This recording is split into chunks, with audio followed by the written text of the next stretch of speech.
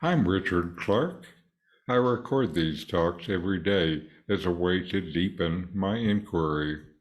Listen each day and deepen your own practice. Welcome. I'm reviewing and commenting on the book Talks with Sri Ramana Maharshi. Today is Talk 601, Part 5.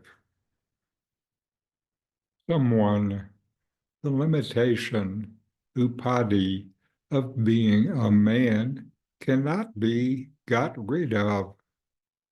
Maharshi, how are you in deep sleep? There was no thought of being a man. Another, so the state of sleep must be brought about even when one is awake. Maharshi, yes. The questioner asserts that the limitation of being a man cannot be transcended. This statement reflects an attachment to the identity created by the mind, a concept Sri Ramana Maharshi often described as part of the illusion of individuality or ego. Ramana's response uses the experience of deep sleep, where the sense of being a man, a woman, or any other identity is absent. In deep sleep, there is no thought of I as a person, and yet existence remains.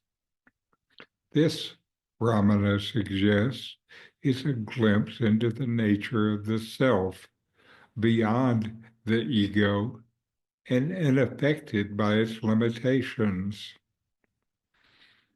When the second questioner proposes that the state of sleep must be cultivated while awake, they are seeking a way of remaining as the egoless state of deep sleep during conscious experience.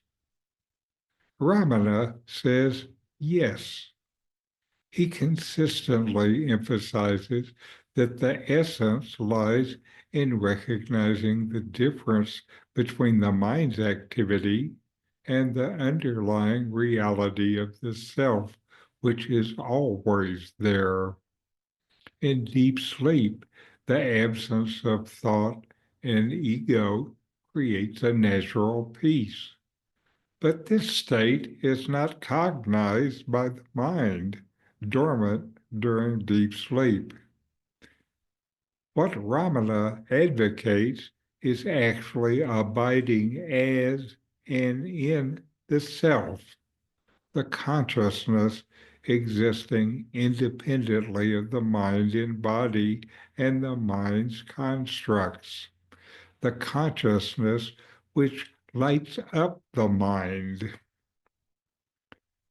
The dialogue highlights a key principle of Ramana's teaching. The true self is beyond identification with the body, thoughts, or roles.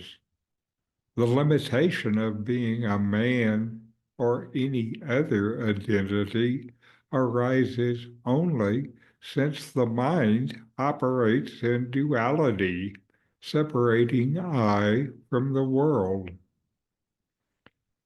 Through self-inquiry, the mind can be turned inward to trace the source of the I thought, which is the root of all identification. Once this root is dissolved, the self shines as pure existence, consciousness, bliss, Sat Chit Ananda.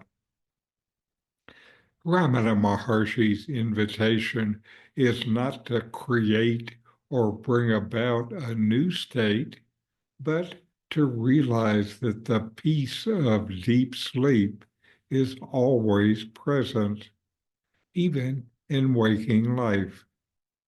The key is to remain as the self, unattached to the fluctuations of the mind.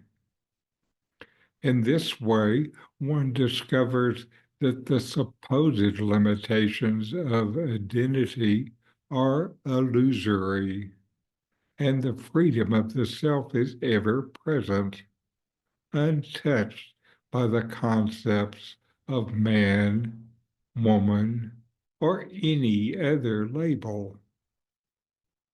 So know yourself and be always free and at peace. In 40 Verses on Reality, Ramana Maharshi explains the nature of the self, the ultimate reality, and self-inquiry. My new book, with my comments and inquiry questions, opens these teachings up and brings them into your practice and experience.